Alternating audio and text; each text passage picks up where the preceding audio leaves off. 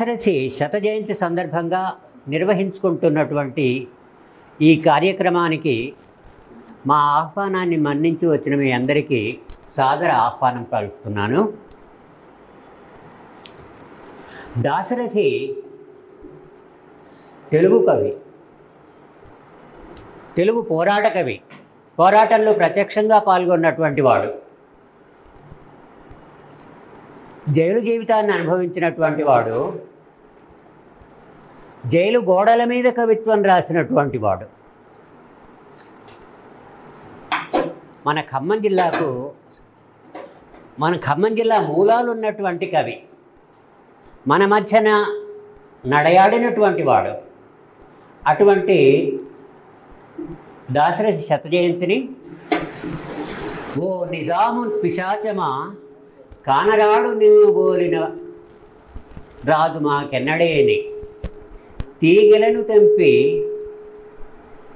అగ్నిలో దింపినావు నా తెలంగాణ వీణ, నా తెలంగాణ కోటి రతనాల వీణ అని పలికినటువంటి వాడు మన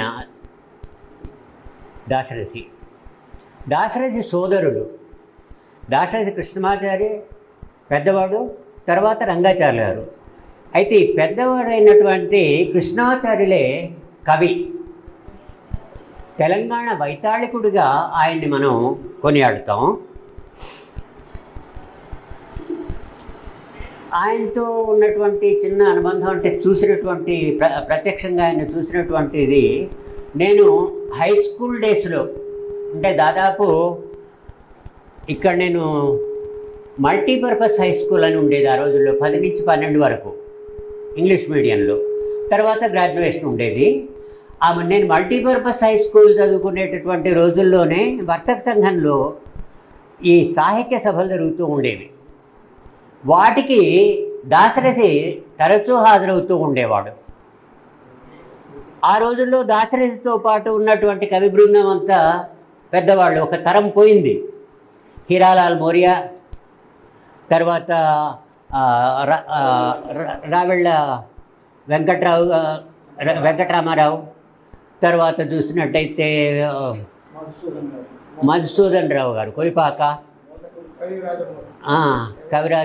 కవిరాజమూర్తి ఎందుకో తర్వాత అప్పటి వరకు ఆయన పెన్ డౌన్ చేశాడు. ఆ టైం వరకు దాదాపు 65-66 వరకే ఆయన పెన్ డౌన్ చేశాడు. కౌముది అద్భుతమైనటువంటి కవిత్వం రాశాడు కవి. తర్వాత కేశవులు గారు, అంకిత కేశవులు, ఇట్లా ఒక తరం ఉండేది. పుల్లాభట్ల ఇంకొకటి ఏంటి అంటే ఆయన నేను చదువుకునేటటువంటి మల్టీపర్పస్ హై స్కూల్లో ఆయన టీచరు. రెండూ ఉండేవి. నేనురా తెలంగాణ నిగడాలు తెగదంచి ఆకాశమంతా తరచినాను అని చదివినప్పుడు ఈయన ఎంత ఆజానుబాహుడు అనుకునేవాళ్ళం. ఆయన మొదటిసారిగా చూసినప్పుడు చిన్న పొట్టిగా కురసగా ఉన్నటువంటి దాశరథిని చూస్తే ఆశ్చర్యం వేస్తుంది. అట్లా ఉండేది ఆ రోజుల్లో. అంటే హై స్కూల్ డేస్లో చదువుకున్నటువంటి రోజులు ఒక రకమైనటువంటి ఫ్యాషన్ ఆయన గురించినటువంటిది. అలాగే ఇంకొక విషయం ఏమిటి అని అంటే, వాళ్ళు ఇక్కడ ఎక్కువ కాలం ఉన్నారు. ఆయన ఇక్కడ హై స్కూల్లో కొంతకాలం చదువుకున్నాడు. మన ఈ కాలువడ్డు ఆంజనేయ స్వామి అది గుడి ఏంటది, గుంటి మల్లన్న సత్రం వెనక ఆ బజార్లో ఉండేవాళ్ళు. వాళ్ళ నాన్నగారిని కూడా చూసే ఒక విషయాన్ని చెప్పాలి. మనకు 40లలో 42లోని అనుకుంటా ఖమ్మంలో ఆంధ్ర మహాసభ, రాష్ట్ర మహాసభలు జరిగినాయి. చాలా పెద్ద ఎత్తున జరిగినటువంటి రాష్ట్ర మహాసభలు. అన్ని ప్రాంతాల నుంచి అన్ని కులాల వాళ్ళు, అన్ని సంఘాల వాళ్ళు వచ్చారు. నిజాంకు వ్యతిరేకంగా పోరాటం జరుగుతున్నటువంటి కాలం అది. ఆ రోజుల్లో ఇక్కడ కనుక ఆంధ్ర మహాసభలు జరిగినట్టయితే వర్ణసంకరం జరుగుతుంది. అస్పృశ్యులు వచ్చి అంటరాని వాళ్ళంతా కూడా మన ఊరంతా తిరుగుతారు, ఊరిని అపవిత్రం చేస్తారు. కాబట్టి ఇక్కడ ఆంధ్ర మహాసభ సభలు జరగటానికి వీల్లేదు, సభలు జరపకుండా చూడండి అని అర్జీ పెట్టుకున్నటువంటి వాళ్ళల్లో ప్రముఖుడు దాశరథి వెంకటాచార్యులు గారు వీళ్ళ నాన్నగారు. అంత సనాతన ఆచారాలు పాటించేటటువంటి కుటుంబంలో పుట్టినటువంటి వాళ్ళు వీళ్ళు. తల్లి కూడా గొప్ప పండితురాలు. తల్లి నుంచి ఆ పాండిత్యం ఆయనకు అబ్బిందట. అంత ఈ ఛాందస ఆచారాల్లో ఉన్నటువంటి కుటుంబాల నుంచి వచ్చినటువంటి వాళ్ళు మళ్ళీ కమ్యూనిస్టు ఉద్యమంలో పాల్గొన్నటువంటి వాళ్ళు, ఇద్దరు అన్నదమ్ములు. అది ఇక్కడ తెలంగాణ పోరాటంలో ఉన్నటువంటి తెగువ. అట్లాంటి దాశరథిని మనం గుర్తు చేసుకుంటున్నాం. మరొకటి ఏంటి అని అంటే, హరిభట్టు నుంచి దాశరథి దాకా, దాశరథి జైలు జీవితాన్ని అనుభవించినటువంటి కవి. అంతకు పూర్వం కూడా జైలు నుంచి కవిత్వం రాసినటువంటి మరొక ఖమ్మం జిల్లా కవి ఉన్నాడు. ఆయన నేలకొండపల్లికి చెందినటువంటి భక్త రామదాసుగా ప్రసిద్ధుడైనటువంటి కంచర్ల గోపన్న. ఆయన కూడా అంతే కదా, జైలు నుంచి కవిత్వం రాసినటువంటి వాడు. అట్లనే కేవలం ఒక భావాల్ని కలిగినటువంటి వాడిగా విప్లవ రచయితల సంఘంలో సభ్యుడిగా ఉన్నందువల్ల ఎమర్జెన్సీ కాలంలో నాలాంటి వాళ్ళకు కూడా జైలు జీవితాన్ని అనుభవించాల్సి వచ్చింది. ఇవన్నీ మనకు కవులు ఒక తరాలు ఎక్కడి నుంచి వచ్చింది అని అంటే, మనకు హరిభట్టు నుంచి మరొకరిని మనం ఇదే టైంలో మనం స్మరించుకోవాల్సినటువంటి అవసరం ఉంది. తెలుగు సినిమాకు మొట్టమొదటి కవి కూడా ఖమ్మం జిల్లా వాడే, చందాల కేశవదాస్ గారు. ఇట్లా ఖమ్మం కవులకు గుమ్మం. మరొకటి ఏమిటి అని అంటే, మన ఖమ్మం జిల్లాకు ఉన్నటువంటి ప్రత్యేకత, కవుల్లో అధిక భాగం ఉపాధ్యాయులు. ఉపాధ్యాయులు కవులు. నీ గుప్పిట దాచినదేమిటి కవి కవి అని అడుగుతాడు శ్రీశ్రీ. నీ మూసిన గుప్పిట దాచినది ఏమి కవి కవి అని. ఏంటి మీ గుప్పిట్లో దాచుకున్నటువంటిది? కవిత్వం. ఇది ఏం చేస్తున్నారు మళ్ళీ? ప్రతి స్కూల్లో కూడా కవులు తయారు చేస్తున్నారు. అంటే ఒక రకమైనటువంటి కార్ఖానా, కవుల కార్ఖానా మంది. కవుల్ని తయారు చేసేటటువంటి టీచర్స్ కొన్ని వందల మంది మన దగ్గర ఉన్నటువంటి జిల్లా మనది. అందువల్ల ఇది ఒక నిరంతరాయమైనటువంటి పాయగా మనకు కవిత్వం వర్ధిల్లేటటువంటి పరిస్థితులు మనకు కనిపిస్తున్నాయి. అవి ఈనాడు మనం సక్సెస్ఫుల్గా మనం చూస్తున్నాం. ఈ సందర్భంగా మనం ఈయన ఇంతకుముందు శ్రీశ్రీ కార్యక్రమాలు ఎన్నో ప్రత్యేకంగా మనం జరుపుకున్నాం జీవనాడి తరఫున. ఇవాళ జీవనాడి తరఫున ప్రత్యేకమైనటువంటి కార్యక్రమంగా దాశరథి శతజయంతి సందర్భంగా మనం ఈ కార్యక్రమాన్ని నిర్వహిస్తున్నాం. దీన్ని మిగతా మిత్రులందరూ కూడా పాల్గొన్నందుకు మీ అందరికీ మరోసారి ధన్యవాదాలు తెలియజేస్తూ, ముందుగా ఫ్యాన్సీ గారు ఒక 2 నిమిషాలు మాట్లాడతారు. ఈ ఆంధ్ర మహాసభ ఎందుకు ప్రారంభించబడింది? ఇప్పుడు దాశరథి గారు కూడా ఆయన ఆంగ్లం నేర్చుకున్నారు, సంస్కృతం నేర్చుకున్నారు, ఉర్దూ నేర్చుకున్నారు, కానీ తెలుగు లేదు. దాన్ని బట్టి మనం అర్థం చేసుకోవాలి. తెలుగుకి వ్యతిరేకం ఆ రోజు నిజాం అనేది అర్థం చేసుకోవాలి. ఆయన కవితల్లో చాలా వరకు మనకు కనిపిస్తుంది. ఆ తెలుగు కోసం మళ్ళీ తర్వాత ప్రత్యేకంగా ఊళ్ళల్లో పాఠశాలలు పెట్టి దొంగతనంగా తెలుగు నేర్పారు. ఇదంతా మనకి 8th క్లాస్ సోషల్లో తెలుస్తుంది. అదంతా ఎట్లా నేర్పారు ఏంటి అనేది. తర్వాత కాలంలో ఇందాక సార్ చెప్పినట్లుగా అసలు కలం లేకపోతే బొగ్గు ముక్కే ఆయుధంగా తీసుకొని జైలు గోడల మీద రాసినట్లుగా మనకి తెలుస్తుంది. అది కాకుండా వట్టికోట ఆళ్వారి స్వామి గారు, అవి కూడా నేను కొంత స్పృశించాను గతంలో. వాటన్నిటి గురించి ఇందాకనే తెలిసింది కాబట్టి దాని గురించి అని కాదు, కానీ ఆయన రాసిన తెలుగు సినిమా పాటలన్నీ కూడా నేను పాడగలను. అన్నీ రాశారు. 124 సినిమా పాటలు రాశారు ఆయన. ప్రతి ఒక్కటి కూడా నా నోటికి వచ్చు. అయితే ఇది సమయం కూడా కాదు. ఆయన ఒకటే మాట అన్నారు, ఎక్కువగా నేను శృంగారం గురించి కూడా, మీరు పాటలు చూసిన మానవత్వము, తర్వాత శృంగారము, ప్రేమ, అన్నిటి గురించి ఆ పాటలు ఉంటాయి చాలా అద్భుతంగా. అంగారు ఇట్లా ఆయన పాటలు ఉంటాయి, మనకే తెలియదు. అది రాసిన తర్వాత అదే కాకుండా ఆయన వీరత్వాన్ని కూడా చిలిగించే విధంగా కూడా ఆయన పాటలు ఉన్నాయి. తర్వాత కాలంలో అవి రాశారు ఆయన. వీటన్నిటినీ కూడా నాకు ఇందాక శేషగిరి గారితో నేను ఒకటే మాట అన్నా, ఇటువంటి ప్రోగ్రామ్స్ కండక్ట్ చేయడానికి ఇంకా ఎక్కువ మంది రావాలి అని అంటే స్వేచ్ఛ టీవీ ఆహ్వానిస్తుంది. ఏమనంటే మేము స్కూల్స్లో మీరు గనక కొంతమంది కవులని ఇలా మనం చేద్దాము అని అనుకుని ఈవెంట్స్ కనుక ఇచ్చినట్లయితే స్వేచ్ఛ టీవీ తరఫున పిల్లలకి మీరు ఇప్పటికే కవుల్ని చాలామంది బాల కవుల్ని తయారు చేశారు, కథలు రాస్తున్నారు, వాళ్ళతో రాయిస్తున్నారు, పుస్తకాలు వేశారు, ఎన్నో రకాలుగా. మేము మీ అందరినీ ఇంటర్వ్యూ చేయడానికి మేము లిస్ట్ రాసుకున్నాం ఆల్రెడీ.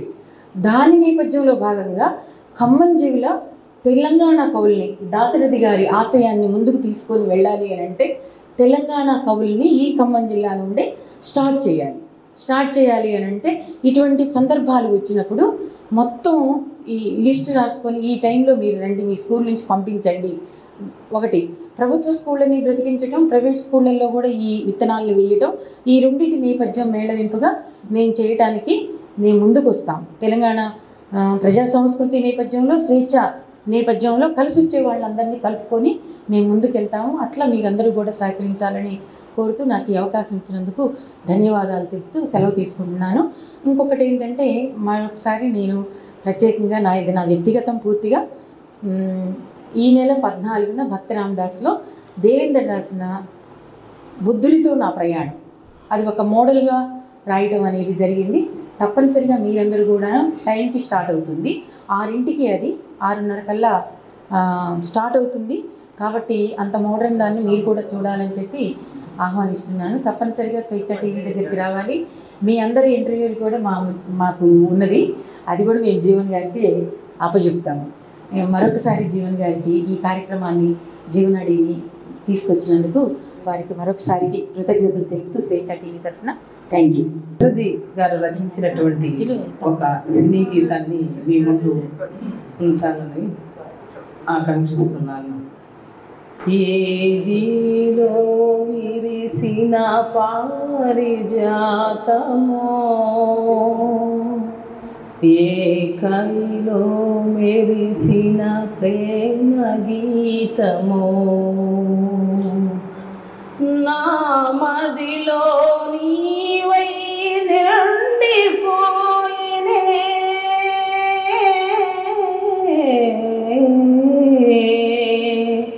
ఏ దివిలో విరిసిన పారిజాతమో, ఏ కవిలో మెరిసిన ప్రేమ గీతమో,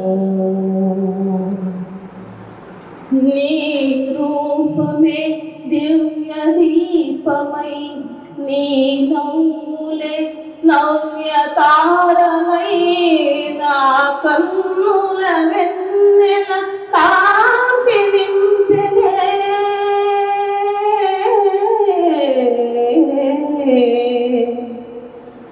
ఏ దివిలో విరిసిన పారిజాతమో, ఏ కవిలో మెరిసిన ప్రేమ గీతము,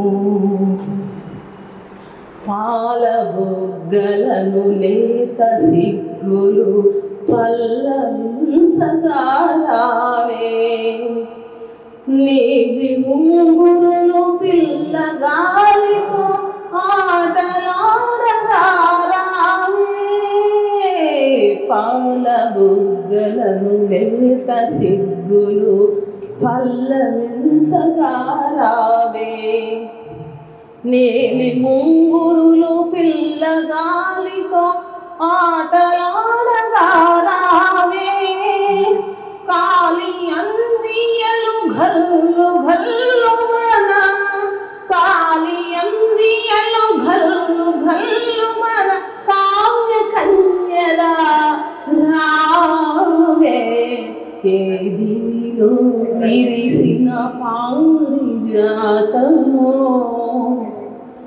ఏ కవిలో మెరిసిన ప్రేమ గీతమో, నీ రూపమే దివ్య దీపమై, నీ నవ్వులే నీ రూపమే దివ్య దీపమై, నీ నవ్వులే నవ్య తారలై, నా కన్ను కన్నుల వెన్నెల కాంతి నింపినే ఏ దీనిలో విరిసిన పారిజాతము నిదుర మబ్బులను మెరుపు తీగవై కళ్ళలు రేపినది నీవే బ్రతుకు వీణపై ప్రణయ రాగములు ఆలపించినది నీవే నిదుర మబ్బులను మెరుపు తీగవై కళలు రేపినది నీవే బ్రతుకు వీణపై ప్రణయ రాగములు ఆలపించినది నీవే పదము పదములో మధుములూరగా పదము పదములో మధుములూరగా కావ్య కన్యల రావే ఏ దివిలో విరిసిన పారిజాతమో ఏ కవిలో మెరిసిన ప్రేమ గీతమో. పోరాటం జరిగింది కాబట్టి దున్నేవాడిదే భూమి అనేటటువంటి నినాదంతో ఇక్కడ ప్రారంభమైనటువంటి తెలంగాణ పోరాటం ఇది. దాన్ని సమర్థించినటువంటి కవి మనకు దాశరథి. ఎముకలు నుసిజేసి పొలాలు దున్ని భోషాణములన్ నవాబుకు స్వర్ణము నింపిన రైతుదే తెలంగాణము రైతుదే అంటాడు. ముసలి లెక్కకు రాచరికమ్ము దక్కునే మా నిజామురాజు తరతరాల బూజు జన్మ జన్మాల బూజు. ఇంతగా అన్నటువంటి కవి ఎవడు ఉన్నాడు తెలంగాణలో? ఆ కవిని గురించి, దాశరథి గురించి సమగ్రంగా చర్చించడానికి రామానుజాచార్యులు గారు వచ్చాడు. ఆయనని ప్రసంగం తర్వాత శేషగిరి. అందరికీ శుభ సాయంత్రం. స్వేచ్ఛ టీవీ మరియు సాహితీ ప్రతిభ వారి యొక్క సారథ్యంలో నడుస్తున్నటువంటి ఈ సభ కార్యక్రమానికి విచ్చేసిన అందరికీ మరోసారి ధన్యవాదాలు చెప్తూ, నేను తులసి రామానుజాచార్యులు, తెలుగు టీచర్ని, సింగరాయపాలెం, కుంజర్ల మండల్. మనం దాశరథి యొక్క శత జయంతి సందర్భంగా మాట్లాడుకుంటూ ఉన్నటువంటి ఈ కార్యక్రమంలో ముందుగా మనం ఒక్క విషయం గమనించాలి. తెలంగాణ ఔన్నత్యానికి పతాక స్థాయిలో తీసుకువెళ్ళడానికి ప్రయత్నం చేసినటువంటి అనేక మందిలో దాశరథి ముందుంటాడు. అందుకే మహారథి పద్యాల శరథి మన దాశరథి. అలాంటి దాశరథి జన్మించింది మహబూబాబాద్ జిల్లా చినగూడూరులో జన్మించారు. తండ్రి పేరు ఇందాకే సార్ చెప్పారు, వెంకటాచార్యుల గారు. తల్లి పేరు వెంకటమ్మ. వారికి పద్యకవనం రాయడానికి, పద్యకవనం వంటబట్టడానికి నిజంగా తల్లి ఒక వరం అయి ఉండవచ్చు. ఎందుకంటే దాశరథి యొక్క సోదరులైనటువంటి రంగాచార్యులు గారు ఒక మాట అంటారు, నా తల్లి సరస్వతి నాకు ఈ వరం ఇచ్చింది అని ఒక మాట చెప్పారు. అలా మనం చూసినట్లయితే దాశరథికి తల్లి నుంచి వచ్చినటువంటి సంపద ఈ యొక్క పాండిత్యం. అలాంటి పాండిత్యంలో ఈయన సంస్కృతము, ఆంధ్రము, ఆంగ్లము, ఉర్దూ, పారసీ ఇవన్నింటిలో కూడా వారికి ప్రవేశం ఉంది. లేకపోతే గాలిబ్ గజల్ని అనువదించగలిగే శక్తి ఉండేది కాదు. అంత గొప్ప మహనీయుడుగా మనం గమనించవచ్చు. వారి రచనల్లో మనం గమనించినట్లయితే తెలంగాణ ఉద్యమాన్ని ఎంత అద్భుత స్థాయిలో తీసుకెళ్లడానికి ఆయన రచనలు పనికొచ్చాయో, ప్రజా స్వేచ్ఛ వారి ఆకాంక్షలకు అనుగుణంగానే వారి రచనలన్నీ కొనసాగాయి. వారి వృత్తి చూస్తే కొంతకాలం ఉపాధ్యాయులుగా పనిచేశారు, మరి కొంతకాలం పంచాయతీ ఇన్స్పెక్టర్గా పనిచేశారు. ఆకాశవాణి ప్రయోక్తగా కూడా వారు ఉన్నారు. ఎక్కడ చూసినా ఉపాధ్యాయుడిగా ఎంతమందిని చైతన్యవంతుల్ని చేశారో మనం గమనించవచ్చు. అసలు వారి రచనలు తెలంగాణ ఉద్యమానికి ఆనాటి తెలంగాణ ఉద్యమానికి వారి యొక్క రచనలు ఏ స్థాయికి తీసుకెళ్లాయో మనం ఊహించుకోవచ్చు. మొదటి నుంచి కూడా తాడిత పీడిత ప్రజల పట్ల మనస్సు నిలిపి రచనలు చేసినటువంటి మహనీయుడు ఆయన.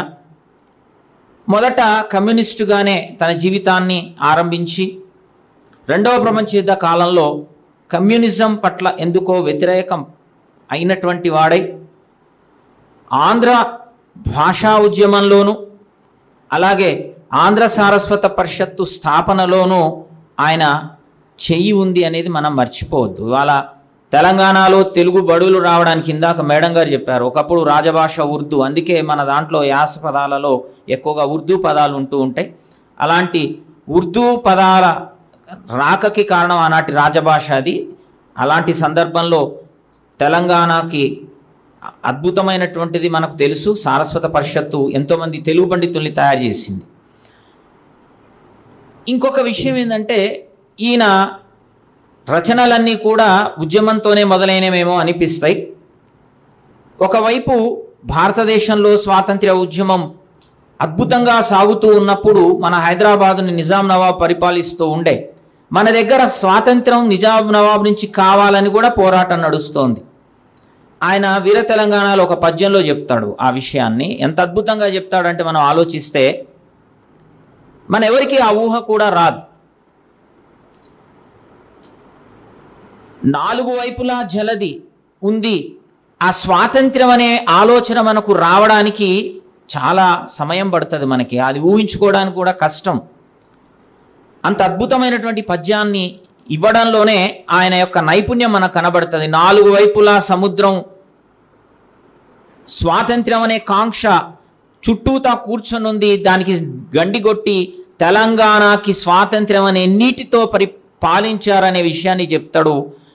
రాజులు రివాజులు బూజు పట్టగన్ అనే మాటతో దాన్ని వదిలిపెట్టడం జరిగింది ఆ పద్యాన్ని.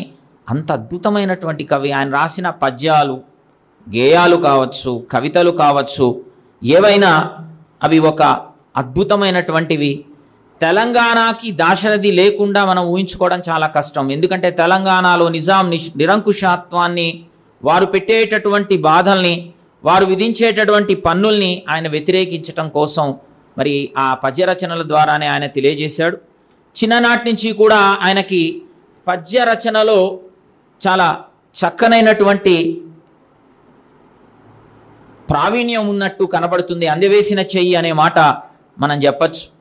వారి యొక్క పద్యాలను గమనిస్తే అక్షరాలను ఆయుధంగా చేసి ప్రాచీన పద్య శైలిలో అద్భుతమైన భావనతో, అభ్యుదయ భావాలతో కూడిన సాహిత్యాన్ని అందించడానికి ప్రయత్నం చేసిన ప్రజాకవి మన యొక్క దాశరథి. ఇంకో మాట అంటాడు, నా గీతావళి ఎందాక ప్రయాణం బగునో అందాక ఈ భూగోళంబున కగ్గిపెట్టేదా అంటాడు. అంటే తన కవిత్వం ఎంత చైతన్యాన్ని ఇస్తుంది, తన కవిత్వం ద్వారా ఎంతమంది గుండెలలో తెలంగాణ నిజాం నవాబు పట్ల వ్యతిరేకత తీసుకురావడానికి ప్రయత్నం చేశాడనేది మనం గమనించవచ్చు. మనందరికీ తెలిసి ఇందాక సార్ చెప్పినటువంటి మాట, 150 మందితో కలిసి నిజాం నవాబుకు వ్యతిరేకంగా ఆయన పనిచేసిన కారణంగా వట్టికోట ఆళ్వార్ స్వామితో కలిసి జైల్లో బంధించినప్పుడు ప్రతిరోజు ఉదయం ఇచ్చే కచ్చిక అంటారు, పిడికలతో తయారు చేసే ఒక బొగ్గు, ఆ పిడక ద్వారా వచ్చే దాంతో కడుక్కునేవాళ్ళు ఒకప్పుడు ముఖం, దానితో జైలు గోడల మీద అద్భుతమైనటువంటి పద్యాన్ని రాశాడు. ఇవాళ ఆ పద్యం అందరికీ తెలుసు. తెలంగాణ ఉద్యమంలో ప్రతి బ్యానర్ మీద నా తెలంగాణ కోటి రతనాల వీణ అనే ముక్క వచ్చింది, కానీ అది దాశరథిది అనేది చాలామందికి తెలియనటువంటి పరిస్థితి ఉండే. అందులో ఆయన ఇందాక సార్ చెప్పారు, ఓ నిజాము పిశాచమా కానరాడు నిన్ను బోలిన రాజుమా కెన్నడేని తీగలను తెంపి అగ్నిలో దింపినావు నా తెలంగాణ కోటి రతనాల వీణ. ఈ నినాదం నిజంగా తెలంగాణ ఉద్యమానికి, మలి ఉద్యమానికి ఒక అద్భుతమైనటువంటి చేతననిచ్చింది, చేయూతనిచ్చింది అని మనం భావించవచ్చు. ఒక్కసారి గమనిస్తే అక్కడన్న మాటలే దగా కోరు బడా చోరు రజా కోరు పోషకుడవు దిగిపొమ్మని జగత్తంతా నగారాలు కొడుతున్నది దిగిపోవోయ్ తెగిపోవోయ్ దిగిపోవోయ్ తెగిపోవోయ్. ఈ మాటలు వింటే మనకెవరు గుర్తు వస్తున్నారు అంటే ఒకసారి శ్రీశ్రీ మహాకవి శ్రీశ్రీ రాసినటువంటి జగన్నాథ రథ చక్రాలు వస్తున్నాయి వస్తున్నాయి అనే మాట మన కళ్ళ ముందు మళ్ళా కనబడుతున్నట్టుగా నేను భావిస్తూ ఉన్నా. ఇందాక సార్ చెప్పిన పద్యం పూర్తిగా నేను వినిపించాలనుకుంటున్నా మీకు. తెలంగాణ మొత్తం కూడా మనం గమనించి చూస్తే ఎక్కడ చూసినా గుట్టలు, సారవంతమైన పొలం అంతా ఆంధ్రలో ఉంది. నిజానికి మనం అటువైపు వెళ్తే మన పొలాలన్నీ గుట్టలు ఉంటాయి. అడవి ఎక్కువ ప్రాంతం మన యొక్క తెలంగాణలో ఉంది. అలాంటి ప్రదేశాలన్నింటినీ కూడా మన రైతులు ఎలా పొదం చేసి పంటలు పండించి ఆ పంట యొక్క సంపదనంతా కూడా నిజాం నవాబు యొక్క భూషాణానికి పన్నుల రూపంలో కొడతా ఉంటే ఆయన మాట్లాడిన పద్యం ఇది. ఒక్కసారి మనం చూద్దాం. ఇది ప్రాణములొడ్డి ఘోర గాహనాటవులన్ బడగొట్టి మంచి మాగాణములన్ సృజించి ఎముకల్లుసి చేసి పొలాల దున్ని భాషాణములన్ నవాబుకు స్వర్ణము నింపిన రైతుదే తెలంగాణము రైతుదే ముసలి నక్కకు రాజరికంబు దక్కునే. ఇక్కడ మనం ఒక విషయం గమనిస్తే దీని తర్వాత ఇంకో మాట అనడానికి అవకాశం ఆయనకు దొరికింది. తెలంగాణలో నిజాం నవాబు చేసిన ద్రోహాల కన్నా ఆయన చేతగానితనంతో పెట్టరేగిపోయినటువంటి కాసిం రజ్వీ యొక్క అతని యొక్క దుండగులు చేసేటటువంటి దుశ్చర్యలు అన్నీ కావు. వాటన్నిటినీ ఒకసారి మనం గమనిస్తే అక్కడ నిజాం నవాబు ముసలివాడని నక్కాని ఇన్ని పదాలు అక్కడ వాడడం వెనక అతను ఎందుకు చేతగాని వాడని. నక్కేం చేస్తుంది అంటే సింహమో లేదో పులో వచ్చి దేనో దాన్ని చంపిన తర్వాత అది వచ్చి దాన్ని మేసేస్తుంది. అలానే రజాకారులు చేసే దురాగతాలన్నింటికీ కూడా నిజాం నవాబు యొక్క అండ ఉన్నది అనే అభిప్రాయంతోనే ఆయన ఏకీభవించినట్లుగా నేను అనుకుంటున్నా. నెక్స్ట్ ఒక్క మాట, ఆనాడు ఎంతమంది ఆడవాళ్ళ యొక్క జీవితాలు ముగిసిపోయాయి. వాళ్ళ కళ్ళల్లో ఎలాంటి భయంకరమైనటువంటి కోపం కసి ఉందో కూడా ఆయన పద్యంలో చెప్పడం జరిగింది. అదే తెలంగాణలోని దావాగ్ని లేచి చుట్టుముట్టిన భయద సంక్షోభవేళ అది నిజాము రూపానిని అండదండన్ చూచుకొని నక్కినట్టి పిశాచహేలా. ఎవరండి పిశాచులు అంటే నిజాం నవాబు కింద తొత్తులుగా నిజాం నవాబు దగ్గర ఉన్నటువంటి కాసిం రజ్వీ తొత్తులంతా కూడా పిశాచాలుగా పిలువబడ్డారు. అప్పుడు ఆడవాళ్ళ యొక్క కన్నులు ఎలా ఉన్నాయో ఒకసారి మనం గమనిద్దాం. నాడు మానవతీ నయనమ్ములందు నాగ సర్పాలు బుసకొట్టి నాట్యమాడే నాడు మానవతయు నవ నాగరికత తన్నులెన్నది రాక్షస సర్పమ్ములై. భయంకరమైనటువంటి స్థితిలో ఆనాడు తెలంగాణ ఆడవాళ్ళ జీవితాలు ఉన్నాయి అనేది మనం గమనిస్తే ఈ పద్యం ద్వారా అర్థమవుతుంది. ఇకపోతే వారి రచనల్లో మొట్టమొదటి సంకలనంగా మనకు చెప్పబడేది అగ్నిధార.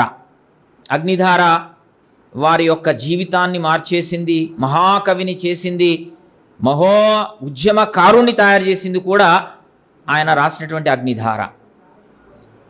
అగ్నిధారలోనే కనబడుతుంది ఆయన నిప్పులు చెరిగినటువంటి రచనలన్నీ అందులోనే ఉన్నాయని. సుమారు 48 కవితా శీర్షికలతో అందులో ఖండకావ్యాలు ఉన్నాయి, కవితలు ఉన్నాయి, గేయాలు ఉన్నాయి, అనేకం అందులో మనకు కనబడతాయి. దీనిలో ఆయన తనతో పాటు జైలుకు వచ్చి శిక్ష అనుభవించిన వట్టికోట ఆళ్వార్ స్వామికి దీన్ని అంకితం వేయడం జరిగింది.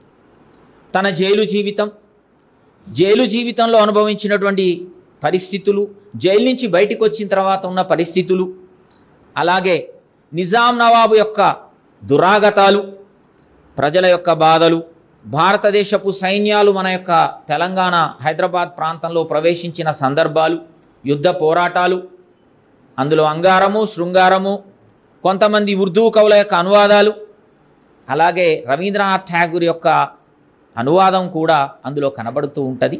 అందులోనే మనం గమనించినట్లయితే మనం మాట్లాడుకున్న జైలు గోడల మీద ఉన్నటువంటి నా తెలంగాణ కోటి రతనాల వీణ అన్న పదం కూడా అందులోదే. అలాగే తెలంగాణము రైతుదే, అది కూడా అగ్నిధారలోదే. ఇందాక పాడబోయేటటువంటి మన శేషగిరి పాడబోయేటటువంటి పాట కూడా ప్రశ్న, ఆ చల్లని సముద్ర గర్భం కూడా ప్రశ్న అందులోదే. ఆ ఒక్క దాశరథి గురించి వేరే చెప్పాల్సిన పని లేదు. ఆయన వేసిన ఏ ప్రశ్నకి ఈనాటి వరకు కూడా సమాధానం దొరకలేదు. మనం గమనిస్తే అన్నార్థులు అనాథలుండని ఆనవయుగ మదెంత దూరం, కరువంటూ కాటకమంటూ కనిపించని కాలాలెప్పుడు.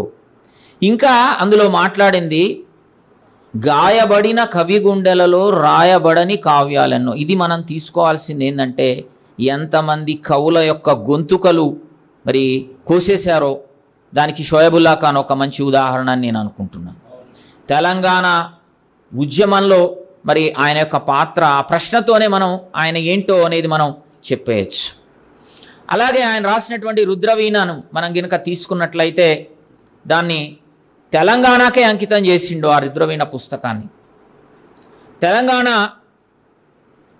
ఎంత అదృష్టవంతులు తెలంగాణలో ఉన్నవాళ్ళు అనిపిస్తూ ఉంటుంది. 18 కవితలు ఇందులో ఉన్నాయి. ఇందులో నిరుపేదల యొక్క జీవితాల్ని వీలున్నంత వరకు వాళ్ళ యొక్క జీవితంలో నిరుపేదత్వాన్ని ఊడ్చేయాలనే కసి ఆయనలో కనబడుతుంది ఆ కవితల్లో. అంతేకాదు ప్రతి కవితలో కూడా ప్రేమ భావన మనకు కనబడుతూ ఉంటాయి. కొన్ని సమయాల్లో ఆయనకు వచ్చే ఆ యొక్క భావన మనకు కనీసం ఆలోచించడానికి కూడా సాధ్యం కాదేమో అనిపించేవి అనేకం ఉన్నాయి. ముఖ్యంగా కవి క్రాంతదర్శి. కవి తన కవనంతో క్రాంతి అంటే చైతన్యం తీసుకొచ్చేవాడు. తన కవనంతో క్రాంతిని తీసుకొస్తాడు, కాంతిని ఇప్పిస్తాడు. అంత గొప్పవాడు కవి. అట్టి దాశరథి అద్భుతమైన వీర తెలంగాణం అనేటటువంటి ఒక పద్య ఖండకావ్యం అందులో ఉంది. అందులో తెలంగాణమ్మున గడ్డిపోచయును సంధించన్ కృపాణమ్ము రాజలలాముండను వాని పీచమడచన్ సాగించే యుద్ధమ్ము భీతిలిపోయన్ జగమెల్ల ఏమియగునో తెలియంగరాకన్ దిశాంచలముల్ శక్రధను పరంపరలతో సయ్యాటలాడెందివిన్. ఎంత అద్భుతమైన పోలికలండి. మనం గమనిస్తే తెలంగాణలో ఉన్నటువంటి ప్రతి ఒక్కడొక వీరుడు. గడ్డిపోచను కూడా సంధించి విడిచిపెడితే అతను ఒక కత్తిగా మారతాడని, రాజు అని పిలువబడే అహంకారంతో ఉన్న నవాబు యొక్క పీచ మడచడానికి అది సాగింది అని చెప్తాడు. అంత గొప్ప ఆ పద్యంలో, ఆ యొక్క వీర తెలంగాణలోనే మొదటి పద్యం ఉంటుంది. ఊహకు కూడా అందలేని పద్యం అది. అది ఎంత అందమైన పద్యం అంటే, ఓ తెలంగాణ నీ పెదవులొత్తిన శంఖమహారవమ్ములీభూతలమెల్ల నొక్క మొగిన్ బొబ్బలు వెట్టిన ఎట్లు తోచే. ఓ తెలవార్చి వేసినవి ఒక్కొక్క దిక్కున ఓదయార్కరు ప్రీత జలేజసూన తరళీకృత దేవనదీ తరంగముల్. ఏం పోలికండి అసలు. ఎక్కడ తెలంగాణ గొంతుని శంఖమహాధ్వనంతో పోల్చాడు. నీ పెదవుల చేత ఒత్తబడటం అంటే ఊదబడిన శంఖమహారవమ్ములు ఈ యొక్క భూమండలం ఒక్కసారిగా బొబ్బలు పెట్టినదా అనిపించింది అన్నాడు. కొత్తనైన ఉగాదులు వచ్చాయంటాడు. ఎంత గొప్పనైన పోలికలు ఆయన యొక్క దాంట్లో మనం గమనించవచ్చో. ఆ రుద్రవీణలో తెలంగాణ వీర తెలంగాణం చాలా అద్భుతమైనటువంటిది. అందులో అగ్ని కుంకుమము అనేటటువంటి ఒక ఖండకావ్యం కూడా అద్భుతమైంది. స్వామి పూజ ఇలాంటివి అనేకం అందులో ఉన్నాయి. ప్రస్తుతం వేటిని నేను స్పృశించట్లేదు. ఇకపోతే ఆయన రాసిన మరొక కవితా పుస్తకం మహాంధ్రోదయం. దీన్ని మాత్రం మనం ఖచ్చితంగా చెప్పుకోవాలండి. మూడు చెరుగుల తెలుగు వాళ్ళని ఏకం చేయాలని ఆనాడు ఆంధ్ర మహాసభలు జరిగినాయి. లేకపోతే మనలో చాలామంది కన్నడ ప్రదేశానికి వెళ్ళే పరిస్థితి ఏర్పడేదేమో. ఇప్పటికీ మహబూబ్ నగర్లో కొంత ప్రాంతం కర్ణాటకలో కలిసిపోయింది. ఈ మహాంధ్రోదయం అనే అద్భుతమైనటువంటి ఖండకావ్యాల కవితల సంపుటిని ఇందులో 20కి పైగా ఉన్నాయి. దీనిని మరో వైతాళికుడు సురవరం ప్రతాప్ రెడ్డికి అంకితం ఇచ్చాడు. దీనికి పీఠిక రాసిన మహానుభావుడు మల్లంపల్లి సోమశేఖర శర్మ. ఈ ఎంత మహానుభావుడు రాసుంటాడో ఆలోచించాలి మనం. ఇందులో తెలంగాణం, మహాంధ్రోదయం, మంజీరా, తెలుగు తల్లి పేరుతో అనేక ఖండకావ్యాలు ఉన్నాయి. అందులో ఈయన శృంగారం ఎలా ఉంటుందో ఒక పద్యంలో నేను మీకు చెప్తాను. నా ఇంటి చిన్నది నడుము సన్నుమది కన్నుల తెలుగుల సిగ్గులు మొలకలెత్త నా వైపు సూచినను వలపించుకున్నది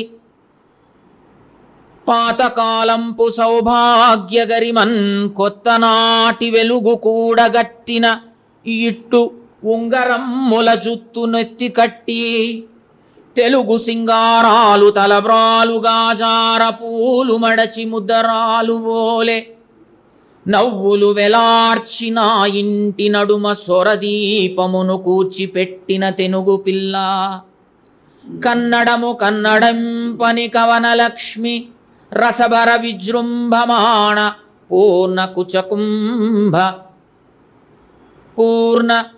కుచకుంభ తెలుగు పిల్ల. ఆయన ఆలోచన తెలుగుదేశం, తెలుగు తల్లి, మన తెలుగు వాళ్ళ ఇళ్లలో దీపం పెట్టడానికి వచ్చింది. ఎంత అద్భుతమైన పదం మధ్యన వాడాడంటే నా వైపు సూచి నన్ను వలపించుకున్నది. జనరల్గా మనం మాట్లాడేదానికి రివర్స్గా ఇందులో కనపడుతూ ఉంటుంది.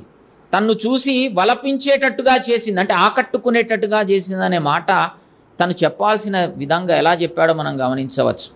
అలాగే తెలుగు సింగారాలు తలబ్రాలుగా జార పూలు ముడచి ముద్దరాలు ఓలే. తెలుగు స్త్రీ ఎలా ఉంటుందో ఇక్కడ చెప్పాడు. దానిపైన ఇంకో మంచి మాట ఒకటి వాడాడు. ఏమన్నాడంటే పాతకాలపు సౌభాగ్య గరిమన్. ఇందులో ఆయన రచనను తీసుకోవచ్చు. ఆయన చెప్పేది కొత్త విధానం, ఆయన పాటించేది పురాతన ప్రాచీనమైనటువంటి పద్యశైలి. ఇలాంటివి అనేకం ఆయన పద్యాలు, ప్రతి ఒక్క పద్యం హైలైట్ అయింది. అందులోనే ఇందాక సారన్న పద్యం నాకు అనాలనిపించింది. నేను రా తెలంగాణ నిగలాలు తెగ ద్రొబ్బి ఆకాశమంతెత్తరచినాను నేను రాక్షసి గుండె నీరుగా పద్యాలు పాడి మానవుని కాపాడినాను నేను వేస్తంబాల నీడలోనొక తెలుగు తోట నాటి సుమాలు దూసినాను నేను పోతన్న చిందిన సుధా విప్రుషమ్ములు నా కలమ్ములో పోసినాను కోటి తమ్ముల కడ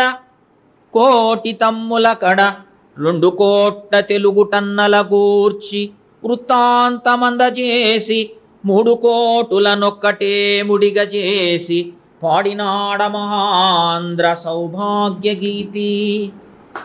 తెలుగు వాళ్ళందరం ఒకటి కావాలి అని ఆనాడు కోరుకున్న కోరిక ఆయనది అలా నడిచిందిగా మనం భావించవచ్చు. రైట్. అలాగే అమృతాభిషేకం, దీన్ని బెజవాడ గోపాలరెడ్డి గారికి అంకితం చేశారు. ఇందులో కూడా 17 ఖండకావ్యాలు ఉన్నాయి. ఇందులో తామసీ లాంటి అద్భుతమైనటువంటి ఉన్నాయి. ఇందులో చూస్తే ఆయన కవితాధార ఒక్కటి చెప్పకుండా ఉండలేకపోతా ఉన్నాను. కవి పోలిక ఎంత అద్భుతంగా ఉంటుందంటే ఈరోజు మన ఎవరికి ఆలోచన రాదండి.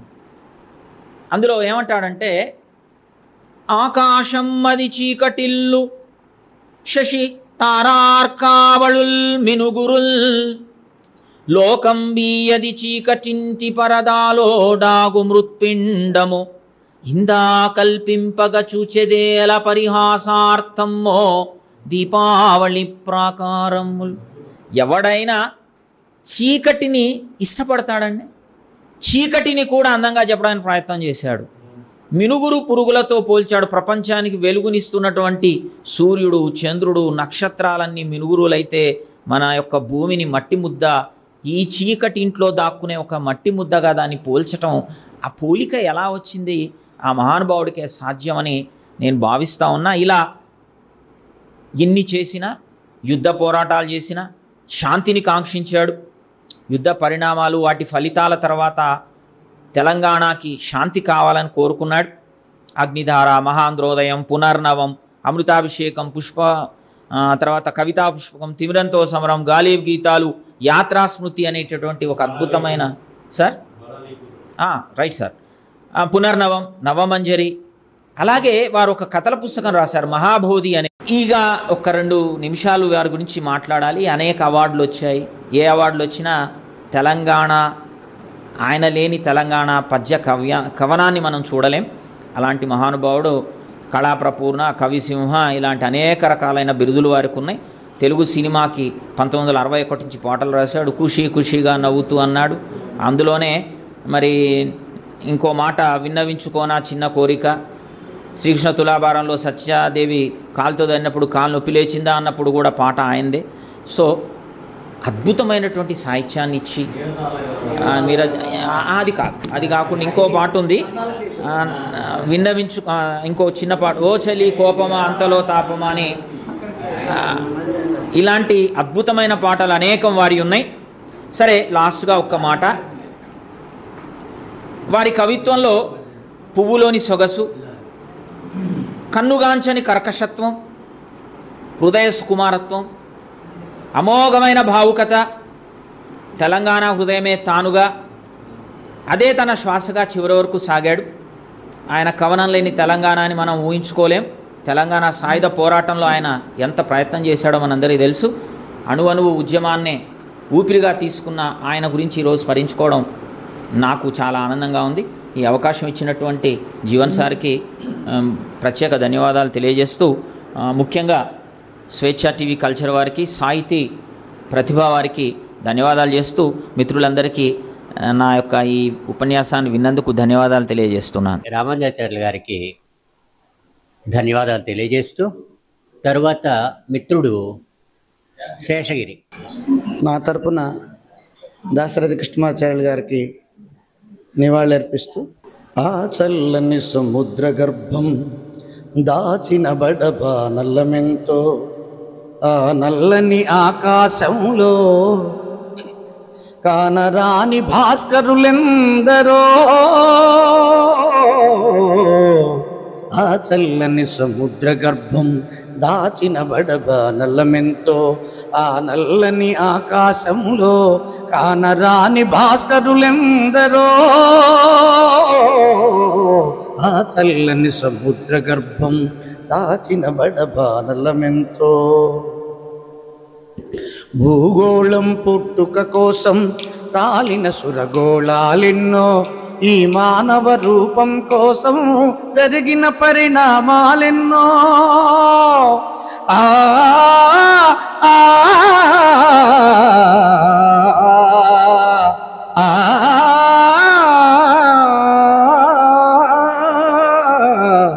భూగోళం పుట్టుక కోసం రాలిన సురగోళాలెన్నో, ఈ మానవ రూపం కోసం జరిగిన పరిణామాలెన్నో, ఒక రాజును గెలిపించుటలో ఒరిగిన నరకంఠాలెన్నో, ఒక రాజును గెలిపించుటలో ఒరిగిన నరకంఠాలెన్నో, కులమతాల సుడిగుండాలకు బలి అయిన పవిత్రులెందరో, కులమతాల సుడిగుండాలకు బలి అయిన పవిత్రులెందరో, ఆ చల్లని సముద్ర గర్భం దాచిన బడబా నల్లమెంతో, ఆ నల్లని ఆకాశంలో కానరాని భాస్కరులెందరో,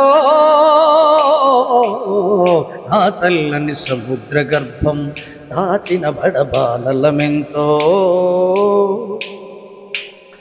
మానవ కళ్యాణం కోసం పణమోర్చిన రక్తం ఎంతో, రణరక్క శిఖరాల నృత్యం రాల్చిన పసి ప్రాణాలెన్నో,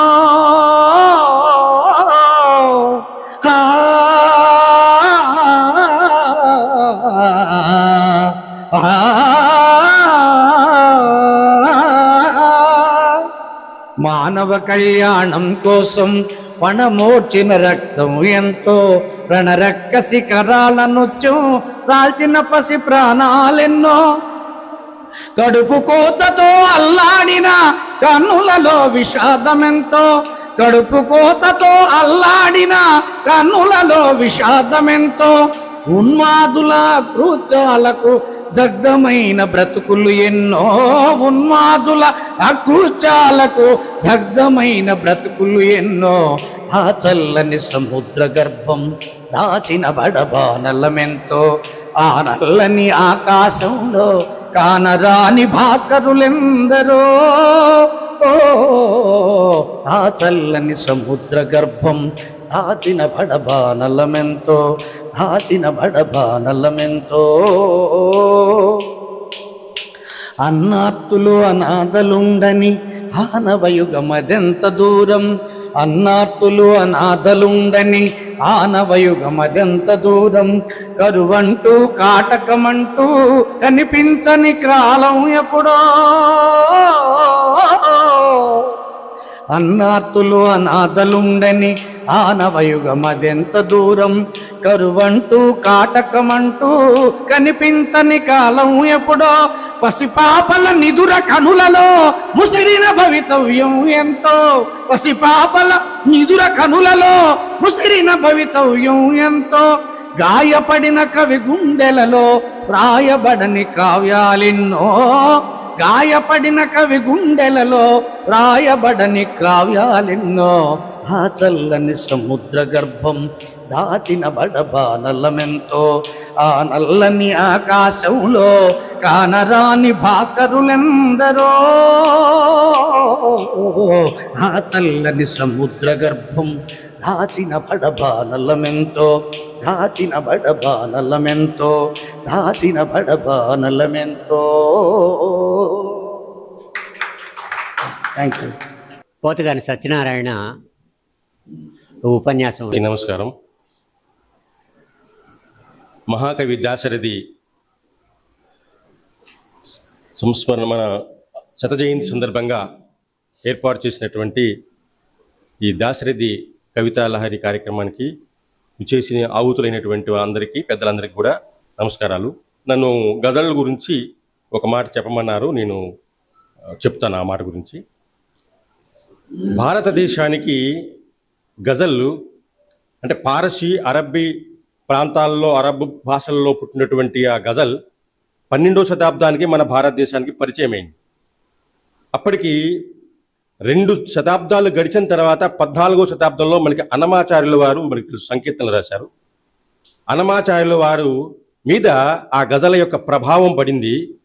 నన్ను అడిగితే మొట్టమొదటి గజల్ ఎవరు రాశారంటే నేను అన్నమాచార్యులు రాశారని చెప్తాను. ఎందుకంటే గజల్ యొక్క పూర్తి స్వరూప స్వభావాలని కలిగి ఉన్నటువంటి కీర్తన ఆయన కీర్తనల్లో ఒకటి ఉంది. అది నా పరిశోధనలో నేను చూపించాను. అయితే అది కీర్తనగా ఉంది కాబట్టి విశేషం ఏమంటే తెలుగు సాహిత్యంలో కీర్తనలకి, గజల్ సాహిత్యం, ఈ అరబ్ సాహిత్యంలో గజల్కి ఈ రెండింటికి చాలా దగ్గర సామ్యతలు ఉన్నాయి. అక్కడ కూడా నామముద్ర ఉంటుంది, ఇక్కడ నామముద్ర ఉంటుంది, అక్కడ అదే అంత్యప్రాస, ఇక్కడ అదే అంత్యప్రాస, అలా ఉండడం వల్ల చాలా ఆ ప్రభావం తొందరగా పడింది. దాన్ని ఆయన గజల్గానే ఆయన రాయడం జరిగింది. ఆ గజల్ని కూడా నేను చూపించాను. అయితే గజల్గా ఎప్పుడు అభివృద్ధి చెందింది, మన తెలుగులోకి ఎప్పుడు వచ్చింది అంటే ఆ 14వ శతాబ్దం నుండి అనేక భాషల్లో విస్తరించిన తర్వాత 19వ శతాబ్దంలో మన తెలుగులోకి వచ్చింది. అన్ని భారతీయ భాషల్లో అన్నింటికంటే ముందు వచ్చిన గజలు మన తెలుగులోకి వచ్చేసరికి చివరాకరణ వచ్చింది. అది విచిత్రం. అది కూడా మహాకవి దాశరథి పుణ్యానే వచ్చింది. అందుకనే దాశరథిని తెలుగు గజల్ పిత అనవచ్చు, తెలుగు గజల్ పితామహుడిగా మనం గుర్తించవచ్చు.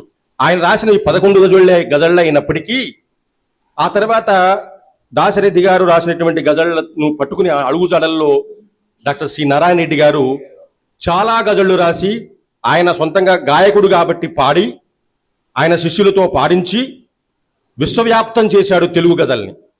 దానికి ఆద్యుడైన వాడు, తెలుగు గజలకు ఆద్యుడైన వాడు మన దాశరథి కళాప్రపూర్ణ డాక్టర్ దాశరథి కృష్ణమాచార్యులు. ఆయన జాతీయ కవి. నాకు తెలిసి మన తెలుగు కవి మాత్రమే అని మనం అనుకుంటామేమో కానీ ఆయన జాతీయ కవి, ఇంకా మాట్లాడితే అంతర్జాతీయ కవి. ఎందుకంటే ఆయన రాసిన కవితలలో ఈ 1946లో కవితా పుస్తకం వచ్చిందండి. ఆ తర్వాత 1973లో తిమిరంతో సమరం అని పుస్తకం వచ్చింది ఆయన రాసింది. తిమిరంతో సమరంలో చూడండి మీరు, అంటే తిమిరంతో సమరం చేసేవాడే కవి అన్నాడు ఆయన కవికి నిర్వచనంగా. అంటే చీకటి అంటే కష్టాలు, కన్నీళ్లు, బాధలు, అణిచివేతలు, దౌర్జన్యాలు, దురాగతాలు, ఆక్రమణలు, ఆక్రందనలు ఎన్నైనా చెప్పుకోవచ్చు. అటువంటి వాటి మీద తిరగబడేవాడు కవి అని ఆయన ఉద్దేశం. తర్వాత ఆయన బహుభాషా కోవిదుడు కూడాను. తెలుగు, ఇంగ్లీషు, ఉర్దూ, పారసీ, సంస్కృతము అన్నింట్లోనూ పాండిత్యం ఉన్నటువంటి కవి, కవిత్వం రాగినటువంటి పాండిత్యం ఉన్నటువంటి కవి. అందుచేత ఆయన బహుభాషా కోవిదుడు కావడం చేత పైగా ఆయన చదివింది కూడా ఉర్దూ మీడియంలో కాబట్టి ఉర్దూలో ప్రధానంగా ఉండేటువంటిది గజల్ అనేటువంటి ప్రక్రియ. ఈ గజల్ని చాలా బాగా ఆయన నచ్చింది ఆయనకి. జకీ సాహెబ్ గారు అని చెప్పని దాశరథి గారి గురువు గారు, ఆయన యొక్క ప్రభావం నా మీద ఉందని ఆయన గాలిబ్ గీతాల్లో రాసుకున్నారు. గాలిబ్ గీతాలు ఎందుకు వచ్చాయంటే ఆయనకు గజల్ మీద ఉన్నటువంటి పార్సీ గజళ్ళు చదివి ఆ పార్సీ గజళ్ళ మీద ప్రేమతో ఆయన ఏం చేశాడంటే గాలిబ్ యొక్క గజళ్లలో ఉన్నటువంటి నచ్చిన పాదాలను తీసుకుని ఆయన తెలుగులోకి అనువదించాడు. అవి ఎట్లా అంటే తేటగీతులుగా, ఆట వెలదలుగా, రగడలుగా కొన్ని తీసుకుని రాశాడు, కొన్ని పాదాలను తీసుకుని. అప్పటికి కూడా ఆయనకి సంతృప్తి కలగల. ఆ తర్వాత 1966లో వచ్చిన కవితా పుష్పకం అనేటువంటి దాంట్లో ఒక గజల్ రాశారు. ఆ గజలు మొట్టమొదటిది. ఆ తర్వాత మళ్ళీ జ్వాలాలయకిని సాకి అనేటువంటి ఒక భాగంలో ఆయన రమ్మంటే చాలు గాని రాజ్యాలు విడిచి రానా అని గజల్ రాశారు. అది గజల్ అని పేరుతో ప్రచురితమైంది కాబట్టి అది మొట్టమొదటి గజల్ అని మనం అనుకుంటాం.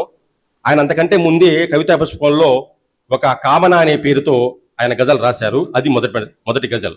గజల్గా మొట్టమొదట తెలుగులోకి వచ్చిందేమో దాశరథి గారిది. దాశరథి మొట్టమొదటి తెలుగు గజల్ రాశాడు అని చెప్పాలి. వాస్తవంగా గజల్ పేరుతో లేకుండా సంకీర్తన పేరుతో ఉన్నటువంటి గజల్ రాసింది మాత్రం అన్నమాచార్యుల వారే. అయితే డాక్టర్ దాశరథి కృష్ణమాచార్యుల వారు తెలుగు భాషకు గజల్ ప్రక్రియని ప్రసాదించారు. ఆయన కొద్ది పరిశ్రమ చేసినప్పటికీ ఇవాళ వందల మంది, వేల మంది కవులు గజలను పట్టుకుని రావడం అనేటువంటిది ఆయన వేసినటువంటి దారి. అందుకే గొప్ప మహాకవులు ఎప్పుడు అవుతారంటే ఊరక కవిత్వం రాసేసి ప్రచురించుకుంటే అవరు. అనేక భాషల్లో అనువాదాలు చేసి ఆ ఇతర భాషల్లో ఉన్నటువంటి సాహిత్యాన్ని అధ్యయనం చేసి ఇక్కడ ఉన్నటువంటి మన భాషలోకి అటువంటి సాహిత్యాన్ని తీసుకొచ్చి ఇక్కడ కష్టాలని, ఈతి బాధల్ని కూడా వాళ్ళకు తెలియచేసి విస్తృతమైనటువంటి నిరంతరము ఆయన కవిత్వంతో జీవించాడు ఆయన చివరిదాకా. సరే, అటువంటి మహానుభావుని తలుచుకోవడం ఇటువంటి సందర్భంలో మనకెంతో గర్వించదగినటువంటి, తెలుగు జాతి గర్వించదగినటువంటి గొప్ప కవి, మహాకవి, కళాప్రపూర్ణ డాక్టర్ దాశరథి కృష్ణమాచార్యులు గారు రాసేటువంటి తిమిరంతో సమరం అనే పుస్తకంలోని వ్రణాల తోరణాలు అనేటువంటి కవితని నేను చదవబోతున్నాను. కాలపు కత్తివాదర జాలితలచనంటుంది, కాలపు కత్తివాదర జాలితలచనంటుంది, గుండెను గాయపరుస్తూ వెళుతుంటుంది. అలాంటి గాయమే మానవునికి ప్రాయమని నా అభిప్రాయం. ఆ గాయం కలిగించిన వేదన అదో రకం తీయన, ఆ గాయం కలిగించిన వేదన అదో రకం తీయన. ఆ గాయం లలిత కళా సృష్టికి సాయం, కవికి, గాయకుడికి, చిత్రకారుడికి అదే ధ్యేయం. ఆ గాయం గులాబీ మొగ్గై విరుస్తుంది, అంతరంగం నిండా ముద్దులు కురిపిస్తుంది. అది నవ్వే దివ్యలా కులుకుతుంది, నా దేహాలిపై వెలుగుతుంది. దేహళీ దత్త దీపికా న్యాయం, బహిర్లంతలోకాల వెలిగించే గాయం, తిమిరలతను ఛేదించే లవిత్రం, అమృతత్వాన్ని సాధించే కవిత్వం. తమిరలతకు ఏది ఆలవాలం, మనిషి మనసులోని తృష్ణాజాలం. ఈ మానని గాయాన్ని ఏమి చేయను, ఈ మానని గాయాన్ని ఏమి చేయను, ఈ జ్వాలను కవిత్వంగా ఎలా వ్రాయను. ఇది మధువై నన్ను మధిస్తుంది, ఇది వ్యధయై నన్ను వధిస్తుంది, ఇది తోటై నా బాటన పరుచుకుంటుంది, ఇది ముళ్ళై నా కాళ్లకు గుచ్చుకుంటుంది. ఇది నిజం చెబుతుంది, ఇది భుజం తడుతుంది, ఇది అంబోరాశి గర్భంలోని ఈడ్చుకుపోతుంది, ఇది అంబోధర పథాలకు ఎత్తుకుపోతుంది. ఈ వ్రణం నాతో రణం చేస్తుంది, ఈ వ్రణం నన్నే పణంగా ఇస్తుంది. ఇది మొక్కై లేస్తుంది, నాణై పెరుగుతుంది, నిప్పు పూలు పూస్తుంది, కప్పురపు గాలి వీస్తుంది. నన్ను బాధిస్తుంది, వేధిస్తుంది, నన్ను లాలిస్తుంది, పాలిస్తుంది. నిర్నిద్ర నీరవ నిర్భర నిశీది వీధిలో కాలముద్రల రుద్రాక్షలతో జపం చేయిస్తుంది. నా మనోవ్రణాలను లెక్కించడానికి గణాంక శాఖను నియమించాను. వారి లెక్కల చిట్టా చుక్కల చిట్టాను దాటింది.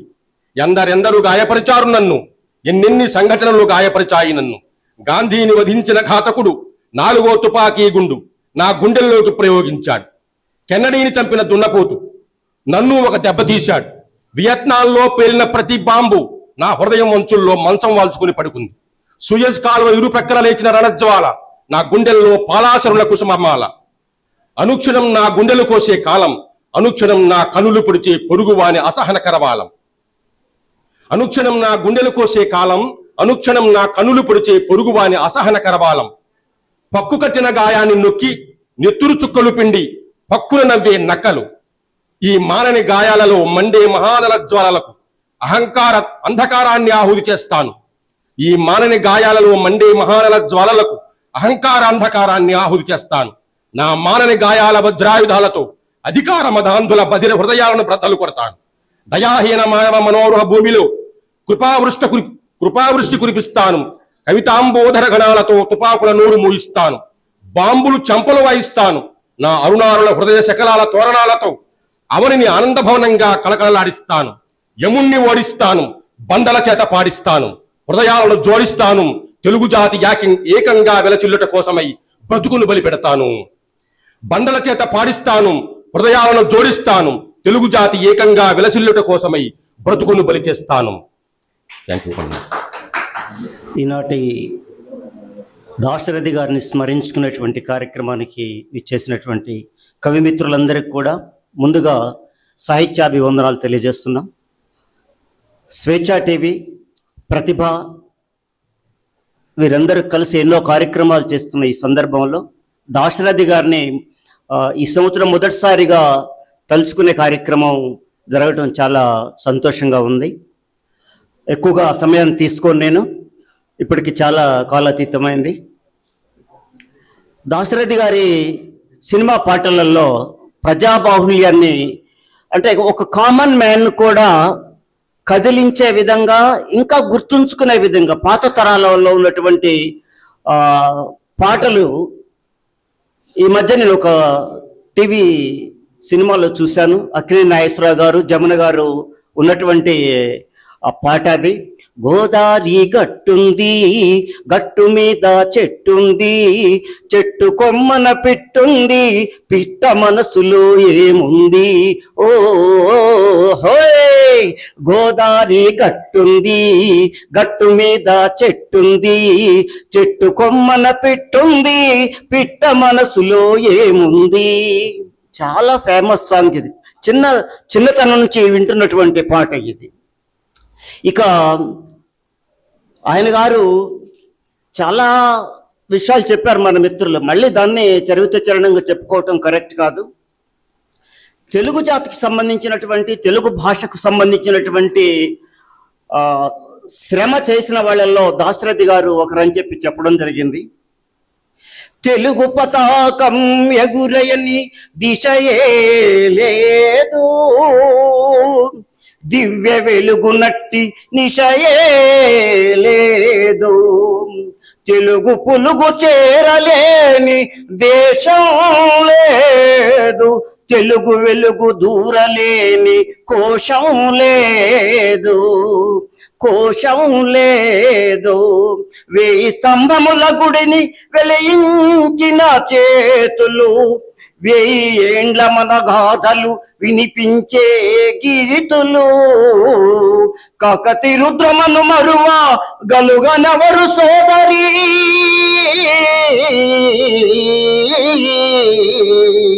రాయల పౌరుషము మరవరాదన్నడు సోదరా. నాగార్జునాచార్య నవబోధనలలోన నరుల నాగరికతయే నాట్యమాడనులే, నాట్యమాడనులే. నందికొండ శిల్పాలకు నటులు నరించి సుందరమగు రామప్పకు వందే అనాలి, వందే అనాలి.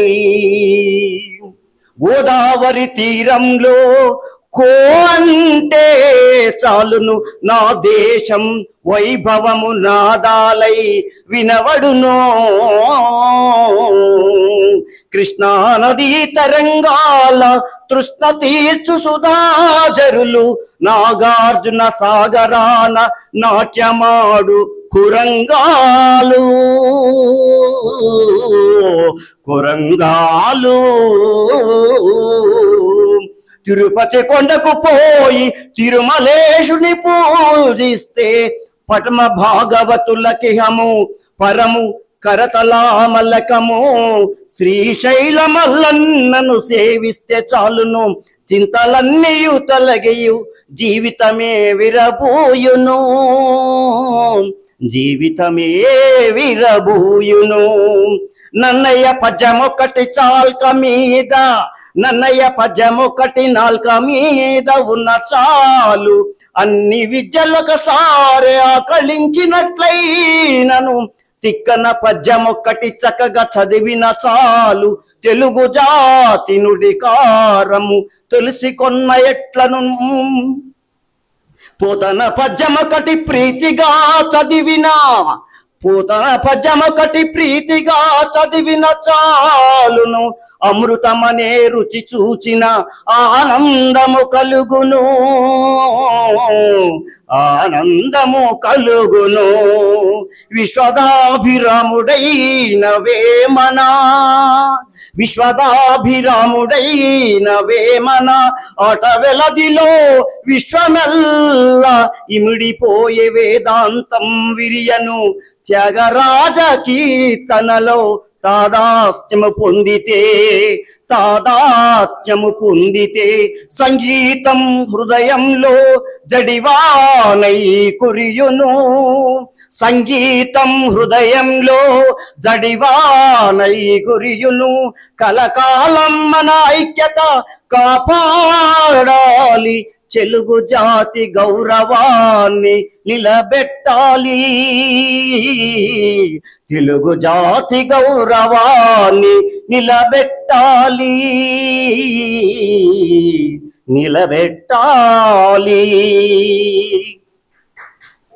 ఇకపోతే ఒక పల్లవితో నేను ఎర్ర మల్లెలు నా తెలంగాణ పల్లెలు ఎర్ర మల్లెలు ఎర్ర మల్లెలు నా తెలంగాణ పల్లెలు ఎర్ర మల్లెలు ఎర్ర మల్లెలు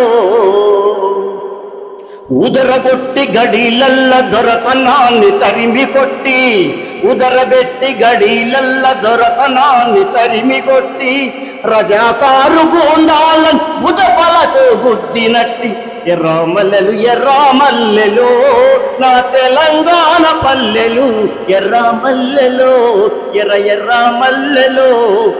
ఎర్ర మల్లెలు జోహార్ దాశరథి కృష్ణమాచార్య. అద్భుతంగా తెలుగు పద్యాల పటిమాట లాంటిది వినిపించిన మిత్రుడు బంధువు బాంధవ్యం రౌతరవికి కృతజ్ఞతలు. సంగమేశ్వర్. నా పేరు సంగమేశ్వర్ ప్రసాద్, వైరా నుంచి వచ్చాను. ఇందాక పెద్ద ఆయన పాడాడు, శాసగిరి అని పాడాడు కదా, నా తెలంగాణ కోటి రతనాల వీణ అన్నటువంటి మొట్టమొదటి కవి దాశరథి కృష్ణమాచార్య గారి శత జయంతి కార్యక్రమాన్ని నిర్వహిస్తున్నటువంటి ఈ మా జీవన్ సార్కి, అట్నే మేడం గారికి, వీళ్ళందరికీ కూడా స్వేచ్ఛ టీవీ మరియు సాహితీ ప్రతిభ దీనికి సంబంధించినటువంటి వీళ్ళందరినీ కూడా నేను అభినందిస్తున్నాను. ఒక రాజును గెలిపించుటలో ఒరిగిన నరకంఠాలెన్నో శ్రమజీవుల పచ్చి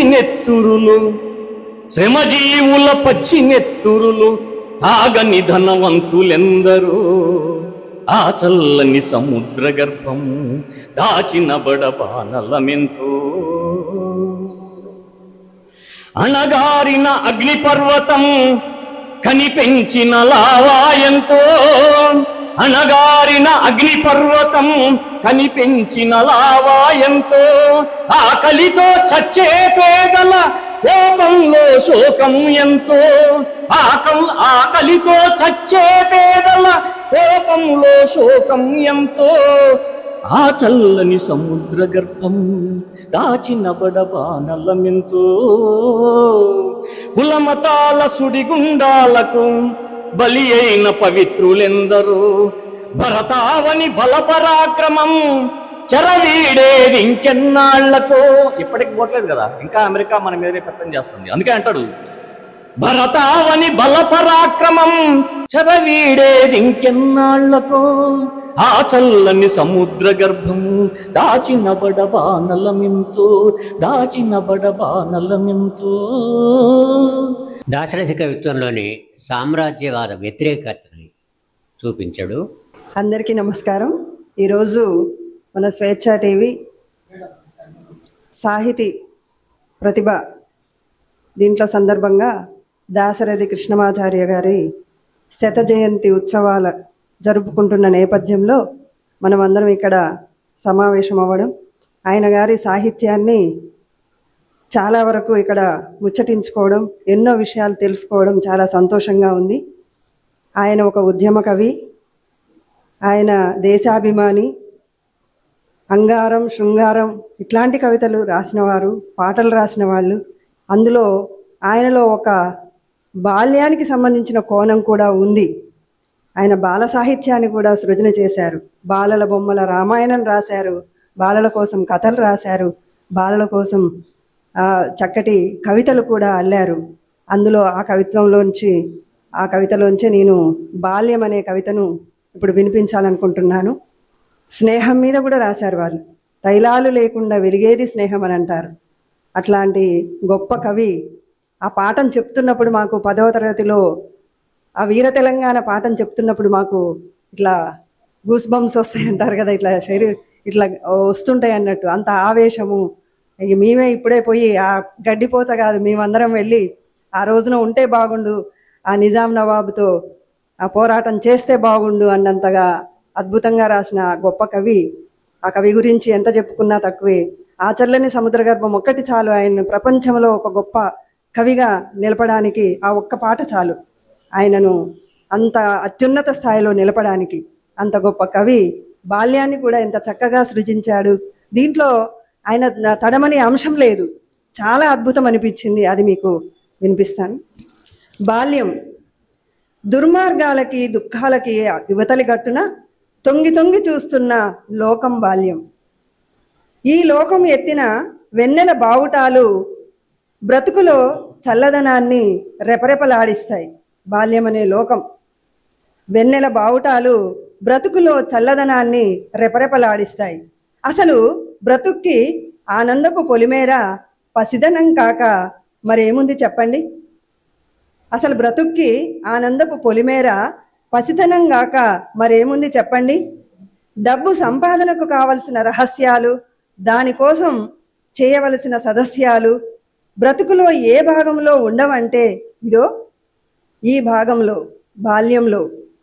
నిశ్చయంగా నితాంత జీవిత లతాగ్రాన పూచే నిర్మలమైన ఎర్ర రోజా ప్రసూనం బాల్యం.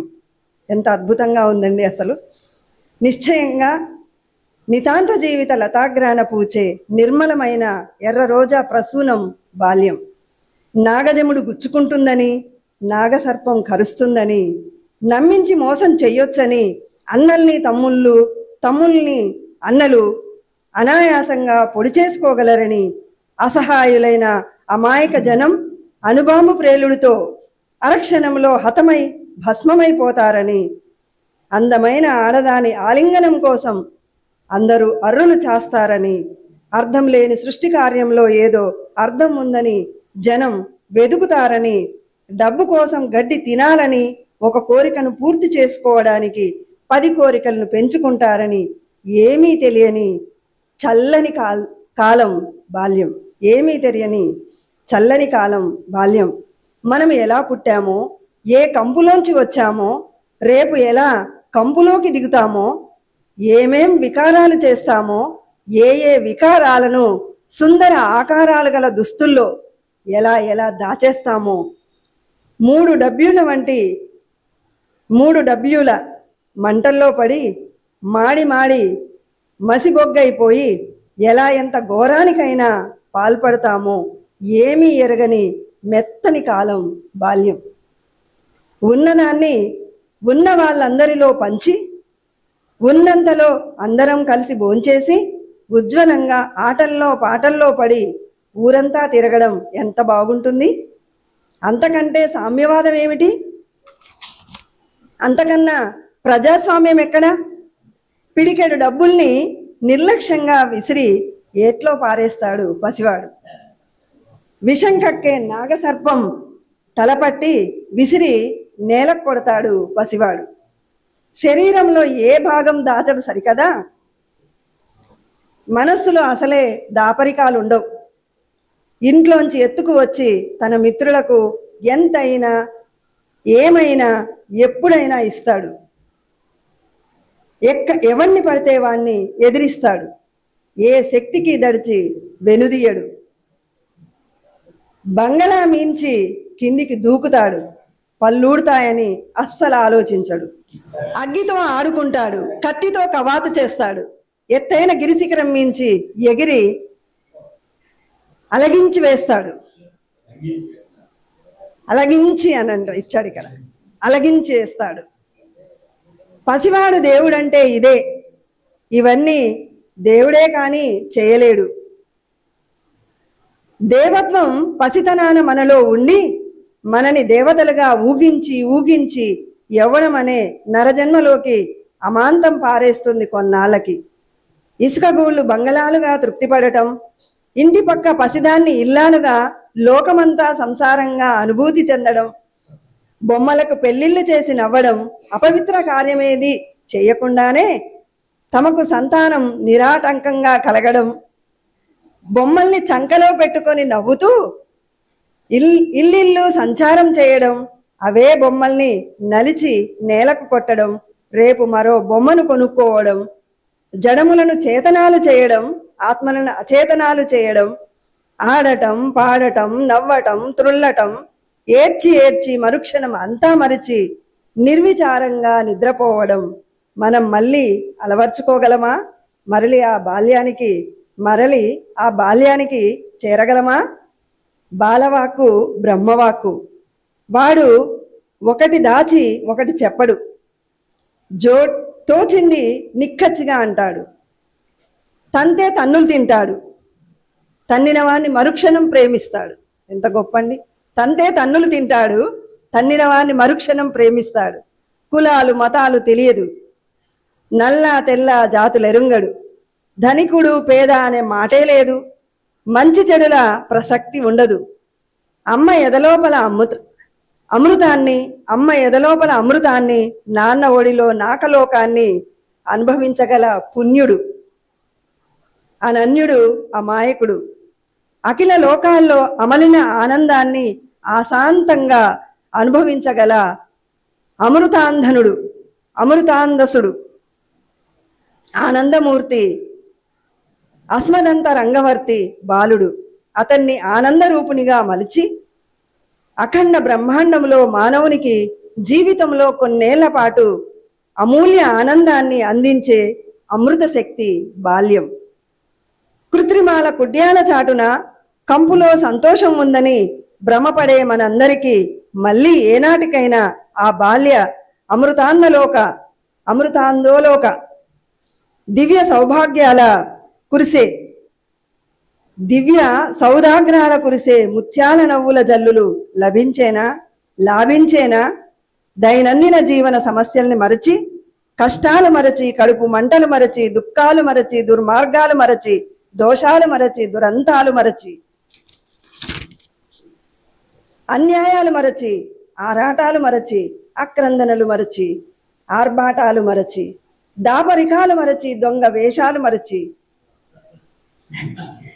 వినిర్మలానంద పథాల మీద నీడలు లేని మెత్తని వెన్నెలల్లో, ముళ్ళు లేని పువ్వు తీగల ప్రక్కగా, దుర్గంధం లేని మనసు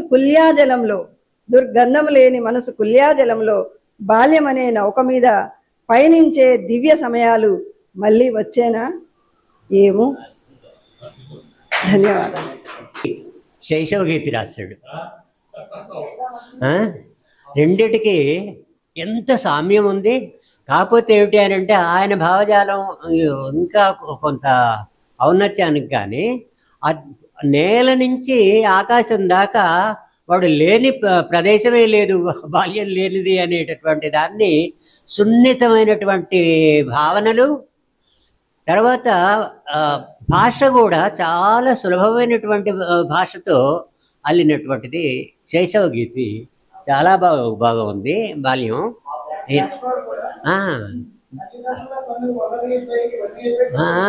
జాషువా వినిపించిన శిశువు. అవును, దాదాపు శిశువుని గురించి రాయని కవి ఉంటాడా? శిశువుని గురించి రాయని కవి ఉండడు, రాయకపోతే పశువు అవుతాడు. కానీ మనం కాళోజీని గురించి సంస్మరణ సభ పెట్టుకోవాల్సి ఉంటుంది మళ్ళీ మిత్రులందరితో కలిసి. తర్వాత మిత్రుడు కటకోజ్వల రమేష్ ఈ కార్యక్రమాన్ని చాలా విజయవంతంగా నిర్వహిస్తున్న స్వేచ్ఛ సాహితీ ప్రతిభ నిర్వాహకులు జీవన అన్నకు, సాహిత్య మిత్రులందరికీ కూడా అభివందనం. దాశరథి శత జయంతి ఉత్సవాల సందర్భంగా మనం ఈ కార్యక్రమాన్ని ఎంతో ఆత్మీయంగా నిర్వహించుకుంటున్నాం. దాశరథి శరథి రథిధి, దాశరథి గారి కృష్ణమాచార్య గారి సాహిత్యం అనంతమైనటువంటి, ఆయన సాహిత్యాన్ని తడమాలన్నా స్పృశించాలన్నా అత్తుకోవాలన్నా చాలా ఆత్మీయతతోని చేయవలసినటువంటి అంశాలవి. చాలా గొప్పగా పల్లవించినటువంటి ఆయన పాటలు కానీ, సాహిత్యం కానీ, ఆయన ఖండకావ్యాలు కానీ, ఆయన మహోద్రోదయాన్ని స్వాగతించినటువంటి వ్యక్తి, అగ్నిధారగా పునర్నవంగా ఆయన సాహిత్యానికి అమృతాభిషేకం చేసినటువంటి దాశరథి కృష్ణమాచార్య గారి గురించి చెప్పుకోవాలంటే మనకు తనివి తీరదు. వాస్తవానికి మా సాహిత్య మిత్రులందరం కలిసి మేము గతంలో ఆయన స్వగ్రామం చినగూడూరుకు వెళ్ళిన అనుభూతులు ఉన్నాయి. ఎంతో తదాత్మయానికి లోనయ్యాం. ఆ వరంగల్ జిల్లాలో అక్కడ చినగూడూరుకు వెళ్ళాక గ్రంథాలయంలోకి వెళ్ళాం. ఆయన స్వగృహంలో ఆయన తాగినటువంటి బావి నీళ్లు చూసాం, ఆ ప్రాంతాన్ని సంచరించాం, ఎంతో పులకించిపోయాం.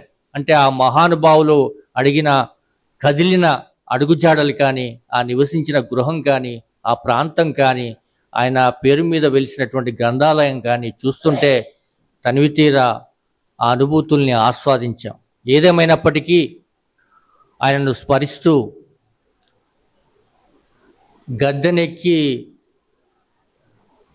విర్రవీగేటటువంటి ఆ నాయకుల గురించి ఆయన చాలా సరళంగా చెప్పినటువంటి ఓ చిన్న కవితను మీకు వినిపించే ప్రయత్నం చేస్తాను. పదే పదే అనేస్తా అనేటటువంటి శీర్షికతో రాసినటువంటి అది. ఇదే మాట పదే పదే అనేస్తాను, కదం తొక్కి పదం పాడి ఇదే మాట అనేస్తాను, ఎదల్లోన రొదల్లోన సొదల్లోన గదుల్లోన ఇదే మాట పదే పదే అనేస్తాను. జగత్తంతా రగుల్కొన్న కుదాజ్వాల వృధా పోదు అడుగడుగున ఎదనెత్రును గడగడమని త్రాగినావు, పడతుల మానాలు దోచి గుడగుడమని హుక్క తాగి జడియక కూర్చుండినావు, మడికట్టుకు నిలిచినావు, దగాకోరు బడాచోరు రజాకారు పోషకుడవు, ఊళ్ళ కూళ్ళుగా అగ్గిపెట్టి ఇళ్ళన్నీ కొల్లగొట్టి తల్లి పిల్ల కడుపు కొట్టి నిక్కిన దుర్మార్గమంతా నీ బాధ్యత కోటిన్నర నోటి వెంట మాటలుగా దిగిపొమ్మని ఇదే మాట అనేస్తాను, వద్దంటే గద్దె ఎక్కి వద్దంటే గద్ద ఎక్కి పెద్దరికం చేస్తావా? 3 కోట్ల చేతులు నీ మెడను పడతోస్తాయి, మెడనే విడదీస్తాయి. నీకు నిలుచు హక్కు లేదు, నీకింకా దిక్కు లేదు. చరిత్ర బొంగరం తిరిగి కిరీటాలు నేల కొరిగి దరాదిపులు నశిస్తుంటే బరాయేనాం నవాబా పరాక్రమం చూపేవా? దిగిపొమ్మని జగత్తంతా నగారాలు కొడుతున్నది. దిగిపోవోయ్ తెగిపోవోయ్ ఇదే మాట పదే అనేస్తాను. శ్రీశ్రీ గీతాలు కూడా మనకు స్ఫురిస్తూ ఉంటాయి. దాశరథి గారి అనేక రకాలైనటువంటి కావ్యాలు మనల్ని పులకింపజేస్తుంటాయి. ఆయనని ఈ సందర్భంగా ఆయన కవిత్వాన్ని స్పృశించుకోవటం, చదవటం నాకెంతో సంతోషం. నిర్వాహకులు జీవనన్న గారికి, సాహిత్య మిత్రులందరికీ కూడా అభివందనం తెలియజేస్తూ, తర్వాత మిత్రుడు కట్టుకోవాలి చిన్నది నర్సాయి. దాశరథి కృష్ణమాచార్యులు శత జయంతి నిర్వహించటం స్వేచ్ఛ టీవీ వారికి నిజంగా అభినందనలు. మరి ఈ కార్యక్రమాన్ని చేపట్టడం ఎంతో అభినందనీయం. తెలంగాణ విముక్తి కోసం నినదించినటువంటి మహాకవి దాశరథి రంగాచార్యులు నిజాం రాజులను ఢీకొంటూ, దాశరథి కృష్ణమాచార్యులు నిజాం రాజులను ఢీకొంటూ ఆనాడు చేసినటువంటి రచనలు అమోఘం. ఒక రకంగా ఆయన ఆనాడు విప్లవకారుడు అని చెప్పొచ్చు. విప్లవకారుడు, విప్లవ కవి. తెలంగాణ ఉద్యమానికి ప్రేరణగా నిలిచినటువంటి దాశరథి రంగాచార్యులు ఈనాడు మనం ప్రత్యేక తెలంగాణను సాధించడం అంటే కృష్ణమాచార్యులు. ఈనాడు మనం ప్రత్యేక తెలంగాణ సాధించుకున్నామంటే ఆయన వేసినటువంటి పునాదిని మనం సగర్వంగా చెప్పుకోవచ్చు. తెలంగాణ ప్రజల కన్నీళ్లను అగ్నిధారగా మలచి నిజాం నవాబు రాజుపై ఎక్కుపెట్టిన మహాకవి పద్యాన్ని పదునైన ఆయుధంగా మలచుకొని తెలంగాణ విముక్తి కోసం తన జీవితాన్ని అంకితం చేసినటువంటి మహాధీరోదాత్తుడు దాశరథి కృష్ణమాచార్యులు. అలాంటి మహాకవిని మనం స్మరించుకోవడం అంటే మనం కూడా ఈనాడు జరుగుతున్నటువంటి ఆయన ఆశించినటువంటి సమాజం కోసం మనం పాటుపడడమే మనం నిజంగా నివాళులు అర్పించినటువంటి వాళ్ళం అవుతాం. ఆ దిశగా మనం ప్రయాణించాలని చెప్పి నేను కూడా ఒక కవి కోరుకుంటున్నాను. ఆ దిశగానే పయనిస్తాం. వారు రాసినటువంటి అగ్నిధార, రుద్రవీణ, మహాన్ హృదయం అనేక కవితా సంకలనాలు ఉన్నవి, పద్యాలు ఉన్నవి. వారి రాసినటువంటి ఒక కవితను నేను ఆలపిస్తాను. మహాగీతం అనే శీర్షిక పేరు రాసినటువంటి మహాగీతాన్ని. చరిత్ర పాడని ధరిత్రి చూపని పవిత్ర గీతం పాడండి, విచిత్ర భూతం చూడండి. చరిత్ర పాడని ధరిత్రి చూపని పవిత్ర గీతం పాడండి, విచిత్ర భూతం చూడండి. నరాలలో తరతరాల గాథలు, శిరస్సులో నరాల బాధలు. గిరి శిరస్సుపై హరీంద్ర గర్జన, మన మనస్సులో తర్జన భర్జన. పరప్రభుత్వపు ఉరికంబాలు, ప్రజాప్రభుత్వపు గజిబిజి చర్యలు. స్వతంత్రమంటూ పెద్ద మాటలు, కుంత్రాలతో గుద్దులాటలు కన్నాం విన్నాం. చరిత్ర పాడని ధరిత్రి చూపని పవిత్ర గీతం పాడండి, విచిత్ర భూతం చూడండి. ఊరి పొలిమేరలు మారి దేశ సహవాసం కోరి జాతి మతాలను పాతరేసి సామ్రాజ్యాలకు సమాధి చేసి అడుగు కడుగుకు మడుగులు కట్టిన ఎడద నెత్రులు వడబోయించి ముల్లుకు చిల్లిన రక్తం గులాబీల రంగులై వెలింగి. యూరప్, తూర్పు Asia, Russia, Bharata Simhala Burma, Vietnam, America, Britain శ్రమజీవులతో సమభావులతో అమర్చి కూర్చిన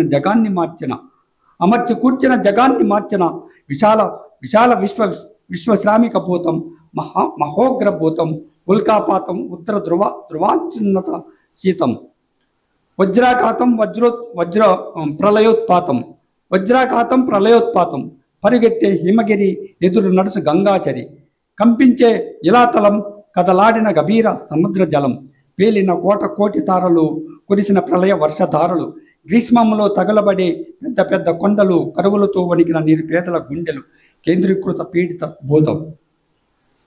విరాట్ స్వరూపం మహేంద్ర చాపం, విరాట్ స్వరూపం మహేంద్ర చాపం, ఉచ్ఛ్వసించితే నిశ్వసించితే నింగినంటూ కరెన్సీ గోడలు, ఈల్గుతున్న బాంబుల మేడలు, నుగ్గు నుగ్గుగా తెగిపోవునట, నుగ్గు నుగ్గుగా తెగిపోవునట.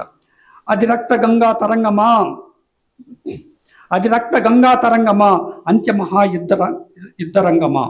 అమృతం ముందరి హాలాహలం, పంటల సిద్ధం కాని పొలం, ఫలితానికి ముందటి త్యాగం, నిరుపేదల నెత్తిటి రాగం, పడగెత్తిన మహోగ్రనాగం, తగలబడే ధనికుల భోగం, అరుణారుణ విప్లవ మేఘం, నవయుగ వజ్రోగం, నవయుగ మహావజ్రోగం. ఆ మహాతరంగానికి అవతల, ఆ మహాతరంగానికి అవతల, ఆ యుద్ధరంగానికి అవతల నిజమై ధ్వజమెత్తిన కల గగనానికి, నిజమై ధ్వజమెత్తిన కల గగనానికి, ఉక్కు టడుగు త్రొక్కిడిలో పడి నలిగిన గడ్డి పోత, చెక్కు చెదరకు కుమ్మడి చెక్క పడిన ఇనుప ఓచ, తెగిపోయిన మృత్యు శవం వినిపించని ధనారావం, తెగిపోయిన మృత్యు శవం వినిపించని ధనారవం. చరిత్ర పాడని ధరిత్రి చూపని పవిత్ర గీతం పాడండి, విచిత్ర భూతం చూడండి. ధన్యవాదాలు. ఇబ్రహీం నిర్గుణ్ కవి, రచయిత, స్వతంత్ర సమరయోధుడు, తెలంగాణ ముద్దుబిడ్డ, చివరికి ఖమ్మం జిల్లా ముద్దుబిడ్డ కూడా. ఇటువంటి మహానీయులు పుట్టినటువంటి ఈ తెలంగాణ గడ్డ మీద ప్రముఖ కవి దాశరథి కృష్ణమాచార్యులు గారికి విప్లవ జోహార్ను తెలియపరుస్తూ లాల్ సలాం. పొత్తూరు సీతారామారావు. ఈరోజు నేను మా మిత్రుడి మాటలు వినడానికే వచ్చాను. వాస్తవంగా దాశరథి జయంత్యుత్సవాన్ని పురస్కరించుకొని ఖమ్మం జిల్లా జన విజ్ఞాన వేదిక ఆధ్వర్యం లోపల జిల్లా పరిషత్ మీటింగ్ హాల్ లోపల ఓసారి పెద్ద ఎత్తున మనం కార్యక్రమం ఏర్పాటు చేసాం. అదే నేపథ్యంలో ఇంకొకసారి జయంత్యోత్సవాన్ని పురస్కరించుకొని ఖమ్మం జిల్లాలో ఉన్నటువంటి ఒక కవులని 60 మందిని తీసుకొని ఇక్కడి నుంచి చిన్నగూడూరుకి మనం బస్సులో వెళ్ళి అక్కడ వారి గృహాన్ని వాటిని సందర్శించినటువంటి ఒక వైనం మిత్రుడు రమేష్ చెప్పాడు. ఆ రోజున జన విజ్ఞాన వేదిక ప్రధాన కార్యదర్శిగా పనిచేసినందుకు నేనైతే గర్వపడతా. ఎందుకు అంటే ఎక్కడ నిశి ఉంటుందో అక్కడ సూర్యుడు అవసరం ఉంటుంది, ఎక్కడ తమస్సు ఉంటుందో దాన్ని చీల్చేటువంటి యొక్క వెలుగు దివ్య యొక్క అవసరం అక్కడ ఉంటుంది. నిజాం పరిపాలన నిశి, ఆ నిశికి మంట పెట్టడానికి వెలిగించబడ్డ దీపం దాశరథి. అందుకని ఆ మహనీయుడికి నివాళులు అర్పించటం నా వంతు బాధ్యతగా భావించి ఇక్కడికి వచ్చా. 5 అడుగుల ఆటం బాంబు అంత పెద్ద సామ్రాజ్యాన్ని కూల్చడంలో తన వంతు పాత్ర పోషించినందుకు, ఆ స్ఫూర్తిని అందుకున్నటువంటి ఒక జీవన్ సార్ లాంటి పెద్దలు ఇటువంటి ఒక కార్యక్రమం ఏర్పాటు చేసినందుకు సార్ మనం వచ్చే సంవత్సరం దీన్ని ఇంకా మంచిగా పెద్దగా ఆర్గనైజ్ చేయడానికి కొనసాగించడానికి ప్రయత్నం చేద్దాం. దానికి అప్పుడు మేము పూర్తి విరామంలో ఉంటాం కాబట్టి మా సహకారం కూడా ఉంటుందని తెలియజేస్తూ జోహార్ దాశరథి కృష్ణమాచార్య, జోహార్ జోహార్. దాశరథి కృష్ణమాచార్యుల శత జయంతి సందర్భంగా ఆ మహాకవికి నివాళులు అర్పిస్తూ జరిగినటువంటి ఈ జీవనాడి ప్రత్యేక కార్యక్రమాన్ని జయప్రదం చేసిన మీ అందరికీ ప్రత్యేకంగా ధన్యవాదాలు అర్పిస్తూ స్వేచ్ఛ టీవీ కల్చర్ సాహితీ ప్రతిభ తరఫున మరీ ప్రత్యేక ధన్యవాదాలతో ఈ కార్యక్రమం ఇంతటితో సమాప్తం. వచ్చే వారం జీవనాడి 63లో భాగంగా మన కథ ప్రసారం చేయబోతున్నాం. అంతవరకు సెలవు. మీ జీవన్.